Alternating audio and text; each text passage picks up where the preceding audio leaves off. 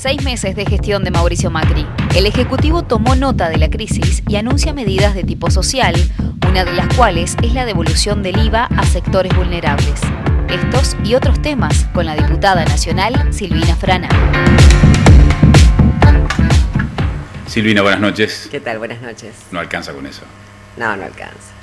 No, es una medida que nadie la puede tildar de mala, pero claramente no tiene la escala para resolver cuestiones sociales y tiene muchísimas limitaciones en su implementación. Es muy de laboratorio y poco de calle.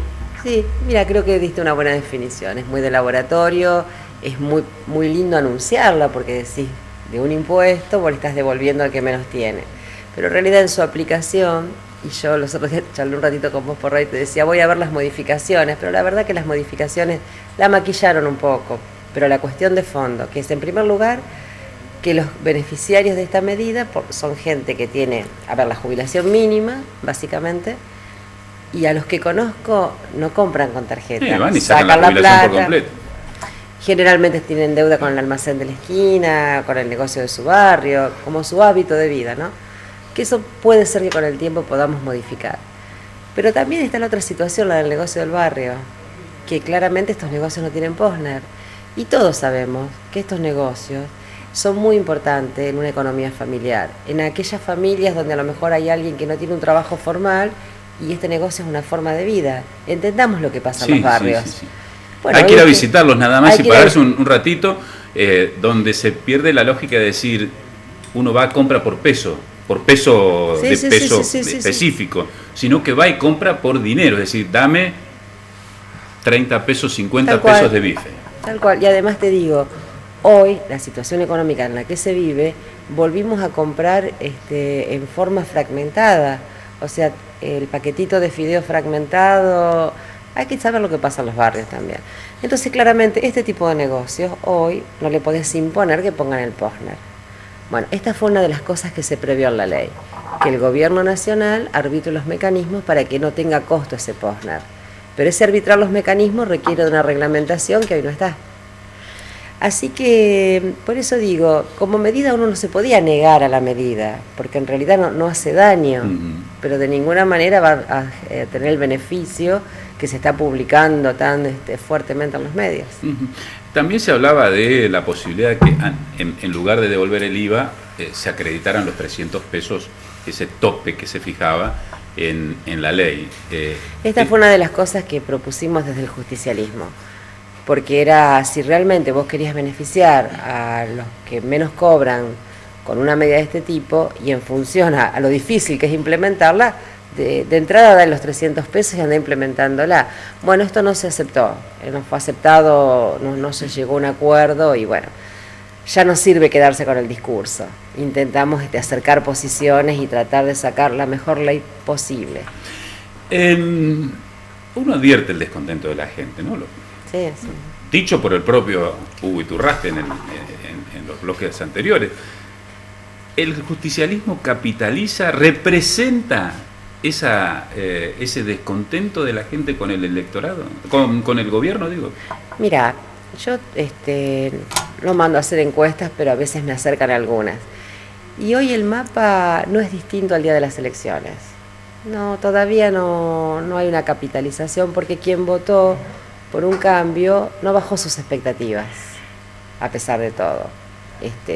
Aparte vos fijate, el mensaje cuál es, ahora a partir del 1 de julio, tal cosa, es como que permanentemente se genera una expectativa para capitalizar este sector que quiso que hubiera otro partido en el gobierno. Creo que nosotros, si a lo largo del tiempo no se produce ese cambio, claramente somos la opción. Pero para ser la opción tenemos que tener ¿Cuánto pesa el bagaje de lo que se acusa por los 10 años pasados? Pesa, Osvaldo. Nadie lo puede negar a eso. Creo que también el correr del tiempo va a poner en valor un conjunto de medidas que en su momento fueron buenas para contrarrestar estas cosas. Así como hay un bagaje negativo, también hay un bagaje de cosas muy positivas que se hicieron. Porque, digamos, sostener una tarifa para el sector productivo no era una mala medida. Y permitió que muchas pymes subsistieran y crecieran. No era bueno tener una tarifa subsidiada para Capital Federal que pagaban 10 pesos de luz, eso está bien, pero había un gran sector con una tarifa subsidiada que permitía productividad y trabajo. Y así un conjunto de medidas que podemos analizar, como esta reivindicación de la jubilación a aquellos que trabajaron en negro durante muchos años. Creo que el tiempo va a poner en valor un conjunto de cosas, y si desde el justicialismo tenemos la inteligencia y la generosidad de llevar adelante una construcción política, seguramente la gente nos va a ver como opción. Pero para eso hay que recorrer un camino. Y ese camino a recorrer para que el justicialismo sea opción en próximos procesos electorales,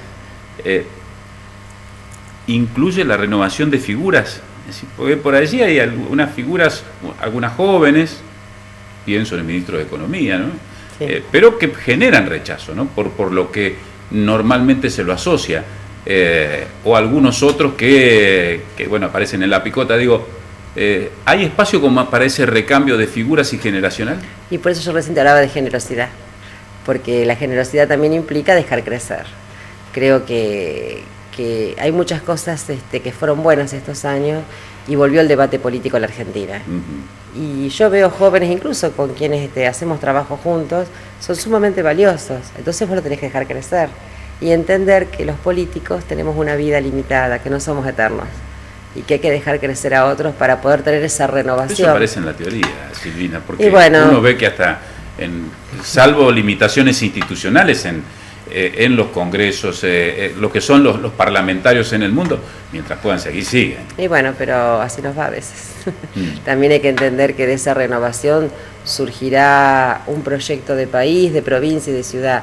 Mira, Osvaldo, si el justicialismo quiere volver con lo mismo que hizo, se va a equivocar, porque el escenario internacional y nacional es diferente. Vos volvés con tus mismas convicciones. Pero claramente tenés que tener propuestas acordes a un nuevo escenario, porque hoy ganó otro partido que va a dejar el país en otras condiciones. Entonces, bueno, esas nuevas condiciones requerirán políticas diferentes. Nosotros, frente al tema, por ejemplo, cuando hablamos de economías regionales en campaña, decíamos esto: una devaluación general no va a ser favorable, y hoy los hechos lo están demostrando. Yo tengo una evaluación hecha por un grupo de gente muy seria que trabaja conmigo, con datos del SENASA, que las exportaciones de los productos regionales, dejó de aumentar, disminuyó. O sea que la devaluación para todos nos sirvió. ¿Y por qué disminuyó? Y disminuyó porque claramente la devaluación, hacían falta otras cosas. Hay economías regionales que requieren infraestructura, que requieren créditos blandos. Cada sector requiere cosas diferentes. No era solamente la devaluación, porque si a su vez vos devaluás pero tenés tasas de interés altísimas, ningún sector productivo las resiste, porque el sector productivo generalmente se mueve con créditos de corto plazo y esos créditos son carísimos. Sí, estamos hablando de 40-50% anual. Así es. Hoy a la mañana incluso escuchaba un informe que provenía de datos de la Unión Industrial, que decía que de lo que más se quejan las empresas no es tanto de la apertura de las importaciones, que en lo personal pensé que era más grave de lo que por lo menos ellos declaran, sino de las altas tasas de interés. Y esas altas tasas de interés son la consecuencia de haber levantado el cepo de forma abrupta. Para poder sostener el valor del dólar, bueno, aparecen estas tasas. Esto hay que explicarlo también. Entonces, claramente, si en el mediano plazo esto no se revierte y seguís afectando al sector productivo, entonces la devaluación no produjo el efecto deseado en las economías regionales. La diáspora que se produjo en el justicialismo en la Cámara Baja, Bocio por un lado, el Frente para la Victoria por otro, algunos independientes, el neoperonismo dentro de Massa, ¿cómo se presenta a la hora de conjugar políticas que intenten modificar las políticas del gobierno nacional? Mira, por ahora lo que tenemos son quedaron sorprendidas, por ejemplo, la ley antidespidos, ese cambio. Ahí está, eso te iba a decir. La ley antidespidos generó una unificación de criterios. Entonces, claramente, cuando hay cosas que tienen que ver con nuestras convicciones y con nuestros objetivos, hay una unidad de criterio, a pesar de que no fue buena la situación, porque todos sabíamos que después del debate la probabilidad de que el presidente la vete era muy grande, igual. Pero esos son los sinsabores que te llevas en la política. Y la última para preguntarte ya en lo personal. Sí, cómo no. ¿Te sorprendió el funcionamiento de diputados? No. Porque hay muchos que dicen, bueno, lo primero que hay que hacer es luchar por la oficina, pelearse por la oficina. No, bueno, no. Que te reconozcan como diputado, porque uno llega y dice, yo soy la diputada Fran. ¿De dónde? No me digas. Sí. Sí. No, ahí sos un número muy chiquito por allá.